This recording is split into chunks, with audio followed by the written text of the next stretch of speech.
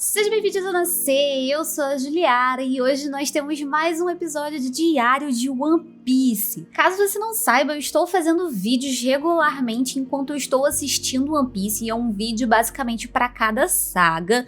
Então caso você não tenha assistido os episódios anteriores, eu vou deixar aqui nos cards, porque tem uma playlist completinha com todos os vídeos dessa série aqui do canal. Bom, Thriller Bark é aquela que sucede Water 7 e Enies Lobby, que foi uma saga gigantesca dentro da saga de One Piece, dentro do anime, que é uma saga extremamente importante. E aí a gente tem Thriller Bark, que é uma saga bem menorzinha, levando-se em consideração que a gente saiu de Water 7, né? Então a gente tem aqui uma saga bem curtinha. E nós temos algumas considerações a fazer em relação a Thriller Bark, que cabe eu falar aqui no vídeo antes de prosseguir. O que acontece? A luz vai ficar estourando aqui atrás porque eu tô gravando de dia, eu não tenho uma cortina, e é isso aí, vambora. Bom, Thriller Bark calhou da gente começar a assistir ela basicamente inteira durante outubro. E outubro é conhecido como o mês do Halloween, mês das bruxas e coisas do tipo. De início, eu não tinha me atentado, eu não sabia qual era o tema de Thriller Bark, sendo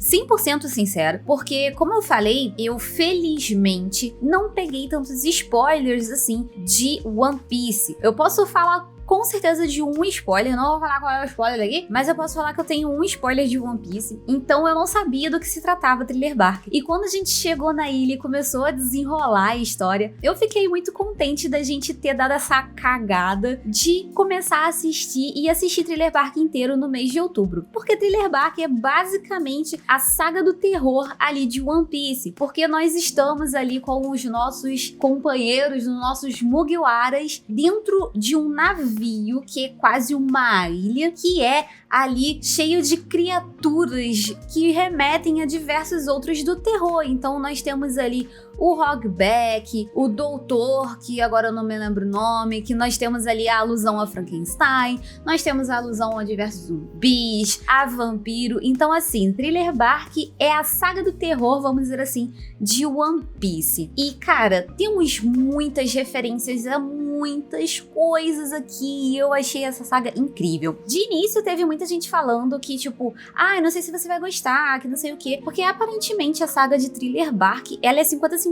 Ou a galera gosta ou a galera odeia. Tem gente que acha muito arrastada, tem gente que gosta pra caramba da saga, e eu sou uma das que gostou demais dessa saga. Tem gente que fala que é enrolada, eu não achei. Principalmente levando-se em consideração que eu já assisti Skype, né? E eu, sinceramente, por mais que eu saiba da importância de Skype, eu achei aquela saga extremamente arrastada. Já aqui no caso de Thriller Bark, eu não senti que ela ficou arrastada em nenhum momento, na verdade. Então eu senti que ela teve ali um bom andamento. Eu gostei bastante dessa saga aqui. E agora vamos lá, vamos tentar seguir uma sequência lógica aqui, porque precisamos começar pelo novo integrante do Chapéu de Palha, da trupe do Chapéu de Palha, que é o Brook. O Brook, incrivelmente, ele foi introduzido logo de cara, e assim que ele é introduzido, o Luffy já chama ele pro bando. O que é uma coisa muito louca, porque a gente sabe que o Luffy, ele gosta de pessoas diferentes dentro do bando dele, e ele tinha essa vontade de ter um músico no bando, mas é muito engraçado ver o Luffy fazendo esse tipo de coisa, porque encontrou com o Brook e já pede, quer entrar pro meu bando? Já pergunta, né? E o Brook de cara logo aceita, tipo, oi, tudo bem? A história do Brook, ela vai sendo contada aos poucos aqui nesse arco, e ela tá diretamente relacionada aos personagens desse arco, porque a história central de Thriller Bark é basicamente o roubo de sombras, e isso aqui é uma parada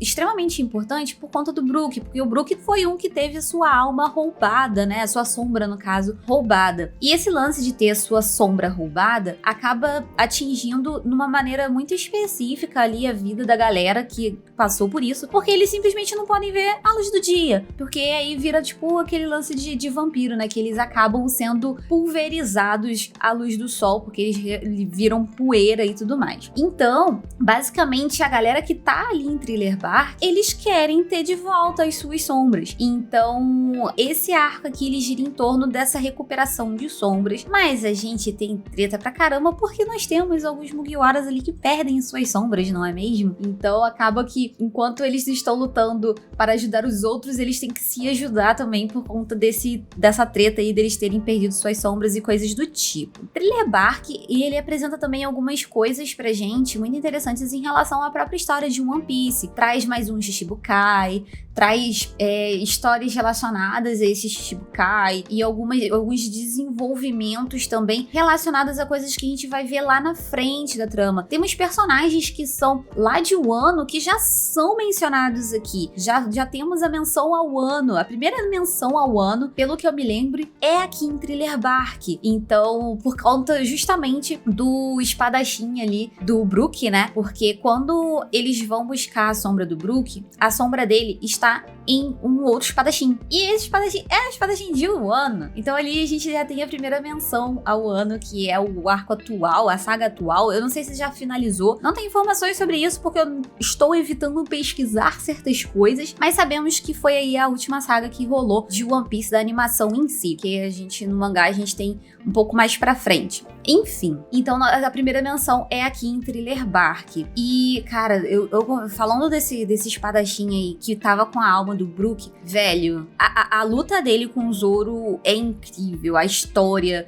a importância que tem aquilo ali, mesmo que não tenha sido uma luta gigantesca de longa e tudo mais, mas o peso daquilo ali, porque a gente tem a honra de samurais ali e o Zoro pegando a espada desse samurai. Cara, eu achei aquilo ali muito incrível. Eu gostei muito dessa passagem aí, né? E falando em Zoro, temos coisas muito específicas acontecendo com Zoro, ou melhor, não acontecendo nada, não é mesmo?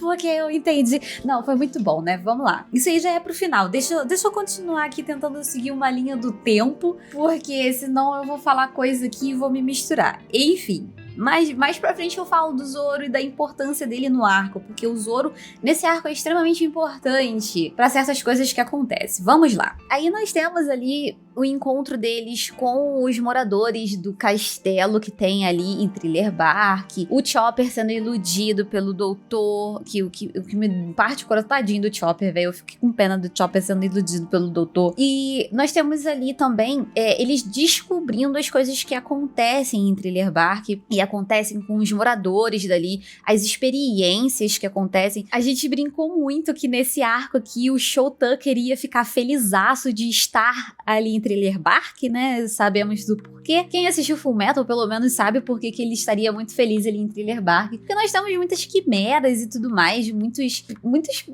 coisas esquisitas, vamos dizer assim, muitos bichos, porque são todos resultados de experiências que foram feitas ali em Thriller Bark, né? Então, são personagens bem esquisitos que foram feitos ali, mas a gente tá assistindo One Piece, a gente não pode esperar muita coisa normalzinha, né? Porque leva-se em consideração que um dos primeiros arcos que a gente foi apresentado a pessoas esquisitas foi lá em Arlong Park. Arlong Park já tem uns negócios muito esquisitos, e aqui a gente continua com os negócios esquisitos, não é mesmo? E a gente é apresentado ali a uma personagem que é bem queridinha, assim, que foi a personagem que me indicaram pra fazer cosplay, espero que saia em breve, que é a Perona, e ela tá diretamente ligada aí a essas quimeras, porque ela tem um jardim de quimeras. E eu acho muito louco que ela tem o poder dela, o poder da Akuma no Mi dela, ela libera uns fantasminhas, né? Alguns fantasminhas têm funções diferentes, mas nós temos o fantasma, que assim, é bem interessante, que quando passa pelas pessoas, deixa as pessoas depressivas, que é uma coisa que não funciona com o Sop.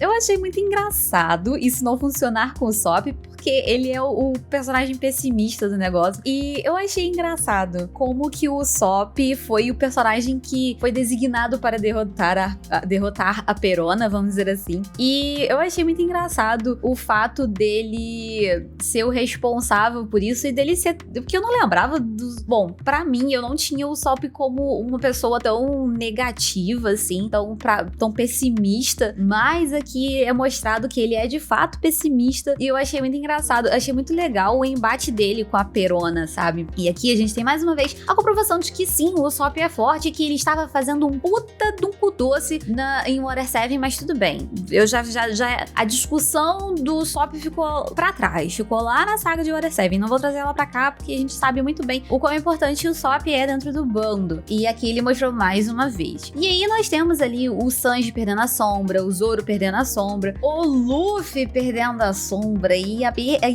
esse lance aí que é o mais importante do arco, por quê? A sombra do Luffy vai pra um dos maiores zumbis da ilha, que é o Wars. E ele fica gigantesco. E essa batalha contra o Wars é extremamente cansativa pra todo mundo. Eu sei que, tipo, quem encara ele de frente mesmo é o Luffy, mas ela é cansativa pra todo mundo, porque todo mundo ajuda ele. Não é igual aconteceu em Skype, que foi só o Luffy contra o Enel, tá ligado? E aquilo ali se perdurou durante muito tempo e eu acho cansativo pra cacete. E a gente sabe que a luta principal não é contra o Wars, a gente tem depois a luta contra o Moriaka, o Cebolão, né? Que, de fato, não é só o Luffy, obviamente que o Luffy que acaba com a briga toda, mas a gente tem os outros Mugiwaras se envolvendo nessas lutas principais. Então, assim, por isso que eu não achei cansativo. Tem muita gente que fala que é cansativo, então eu não concordo. Eu achei que ficou muito legal, porque envolveu realmente todos os Mugiwaras, sabe? Cada um teve a sua parte ali. Então, eu achei muito bacana. E aí, voltando pro Wars, né?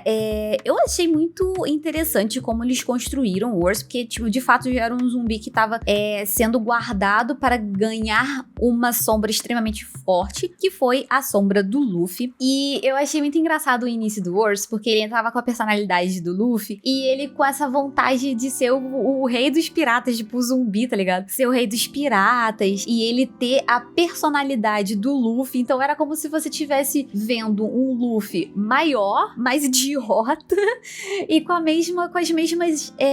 as mesmas sedes de fazer as coisas, sabe? Com as mesmas motivações. Então eu achei o Wars bem engraçado. De uma maneira geral, o Thriller Bark é meio que um alívio de Water 7, porque assim, a saga de Water 7, ela é longa e ela é extremamente pesada. Ela tem uma carga muito pesada, ela tem uma carga emocional. Por mais que a gente tenha diversos momentos que são pra poder a gente relaxar, ela é uma saga pesada. Ela tem muita história, ela é uma saga densa. E eu senti que Thriller Bark foi uma saga pra dar aquele respiro. Sabe, normalmente nos animes correntes que a gente tem ali 3 episódios ali que são aquela parada, e você tem um episódio de respiro. Então, aqui em One Piece não, em One Piece a gente tem uma saga inteira de pegar pra capar, rolando tudo, e aí a gente tem a saga pra poder ter aquela respirada. Mas ainda assim, mesmo sendo uma saga pra gente respirar, a gente tem coisas muito importantes que a gente tem numa saga de respiro, vamos dizer assim, o Luffy derrotando mais um Shichibukai, que é o Moriá, que é o Cebolão, e que você fica, caralho, tipo, a luta do Luffy com o Moriá é muito legal. O Luffy usa o Gear de novo, os Gears, né? Ele usa mais de um, né? Ele usa o Gear e a gente vê novamente ali o Luffy rebaixado, que é fofíssimo. Luffy rebaixado, maravilhoso. Então a gente vê aí o Luffy usando de novo o nível mais hard aí do seu poder e tudo mais. Por mais que a gente vê que isso judia horrores do seu corpo, inclusive os companheiros dele ficam bem preocupados, porque ele fica extremamente mal quando ele usa os Gears. Mas eles meio que são necessários, vamos levar isso em consideração, né? Porque a gente já tá com um nível de inimigo, vamos dizer assim, que ele precisa dar aquela reforçada e ele precisa usar o máximo de seu poder pra poder ir contra eles, né? Então é entendível que o Luffy fique bem debilitado quando ele usa esses poderes que ele tem. E aí a gente, mais por fim, né, a gente tem ali mais um Shichibukai aparecendo, que é o Kuma, que eu achei muito incrível a fruta dele, que é a fruta de patinha. Porém, ela é muito bem utilizada, porque é uma coisa que a galera fala muito, que não é a fruta, mas assim como ela é utilizada. Então, nas mãos de uma pessoa aleatória, essa fruta não ia ter lá uma função muito interessante, porque é a fruta de patinha. Porém, a patinha em si, ela tem um poder muito louco, muito grandioso, que eu não imaginava que ia ser tão forte. Então o Kuma, ele usa de uma maneira esplendorosa a fruta da patinha. E uma parada que foi, assim, um dos ápices ali do final do arco de fato de Thriller Bark foi ele tirando as dores do Luffy para que o Zoro pudesse meio que pegar no lugar do Luffy, né? Porque foi um jeito do Zoro oferecer a vida dele em troca do Luffy, porque o Kuma foi ali pra pegar a cabeça do Luffy, que é o que importa pro governo e tudo mais. E essa parte foi muito pesada, ver o Zoro, a lealdade do Zoro e o quão honrado o Zoro é, sabe? Eu acredito, de fato, o Zoro tá entre os meus top 3 personagens de One Piece, assim, tipo, pelo menos dos Mugiwaras, sabe? Chopper Supremacy, obviamente, e aí logo em seguida vem o Zoro, porque eu acho que, por mais que o Zoro às vezes pareça ser meio avoado e tudo mais, ele tem um senso de honra tão grande. Nessa parte de Thriller Bark só confirmou o quão incrível que o Zoro é, sabe? Pra mim, pelo menos. É nessa parte que ele ter se oferecido pra ficar no lugar do Luffy e ele... Cara, ele pegar toda a dor e todo o cansaço do Luffy pra ele foi uma coisa que pra mim foi incrível. Foi incrível ver o Zoro fazendo esse tipo de coisa. Então, de fato, cara, o Zoro continua sendo um dos melhores Mugiwaras pra mim. Pra mim, tá? Que fique bem claro, pra mim. O Zoro é um dos melhores Mugiwaras, ficando apenas atrás do Chopper. Então, meu top 3 Mugiwara, antes que você pergunte. Chopper, Zoro, Robin. Apenas. Então, cara, eu achei, de fato, incrível o final dali do arco de Thriller Bark por conta disso e tudo mais. E aí eu finalmente entendi o episódio que não aconteceu nada, né? Eu entendi o meme. Foi meio difícil eu entender, porque eu sou uma pessoa meio lerda. As pessoas tiveram que me explicar, mas eu entendi o meme e não aconteceu nada. Eu entendi o episódio que não aconteceu nada, tá? Então, assim, posso ser meio lerda, as pessoas precisaram me explicar, mas agora eu entendi. E é isso que importa. É isso que importa. Então, assim, gostei demais da saga de Thriller Bark. Ela foi uma saga bem menorzinha, né? Não assisti o último filler. Desculpa, gente. Assim, ó. Dessa vez eu tive que pular o filler. Porque era o filler do Foxy. E eu não consigo assistir as coisas do Foxy porque o Foxy... Ai, me irrita. O Foxy me irrita. Então eu não consegui assistir o filler que o Foxy aparece, que é o arco da Elispa. Eu assisti o iniciozinho. Eu assisti, tipo, o início do episódio. O início do primeiro episódio do filler. Porque tinha o Chopper de boinha. E, assim, qualquer coisa que o Chopper... Na versão dele, normal, que ele faça, pra mim é Supremacy. É, tipo, idolatrável. Então, o Chopper de boinha. Eu tava assistindo o Chopper de boinha. Terminou, apareceu o Fox e eu pulei para o início de Marineford. Começamos Marineford. Então, caso você queira acompanhar a gente assistindo Marineford, minha primeira vez, mas as muitas vezes de outras pessoas, quiser acompanhar como vai ser Marineford, eu te convido a aparecer lá na Twitch. Toda terça-feira eu tô assistindo One Piece, mas eu te convido aí a aparecer nos outros dias também, porque os outros dias são sempre muito incríveis, do mesmo jeito que as lives de One Piece. Então é aqui que eu concluo a minha análise, a minha emoção com Thriller Bark. Eu de fato gostei muito desse arco. Eu achei ele muito engraçado, muito divertido. Foi um ótimo alívio aí pro que a gente passou em Water 7, e foi muita coisa que foi passada ali que foi bem importante, do que eu sei que eu vou ver mais pra frente. Então é isso, espero que você tenha gostado desse vídeo. Se você gostou, deixe seu like, não esquece de comentar aqui embaixo o que você achou. Se você tem algo a acrescentar sobre Thriller Bark, então deixa aqui nos comentários. Se você gostou, compartilhe aí com seus amigos e tudo mais. Deixe suas opiniões também a respeito do que você acha de Thriller Bark. Aqui no final estão aparecendo mais 2 vídeos pra você continuar acompanhando o meu trabalho aqui no Zona. Eu espero te ver no próximo vídeo. Até lá, tchau, tchau!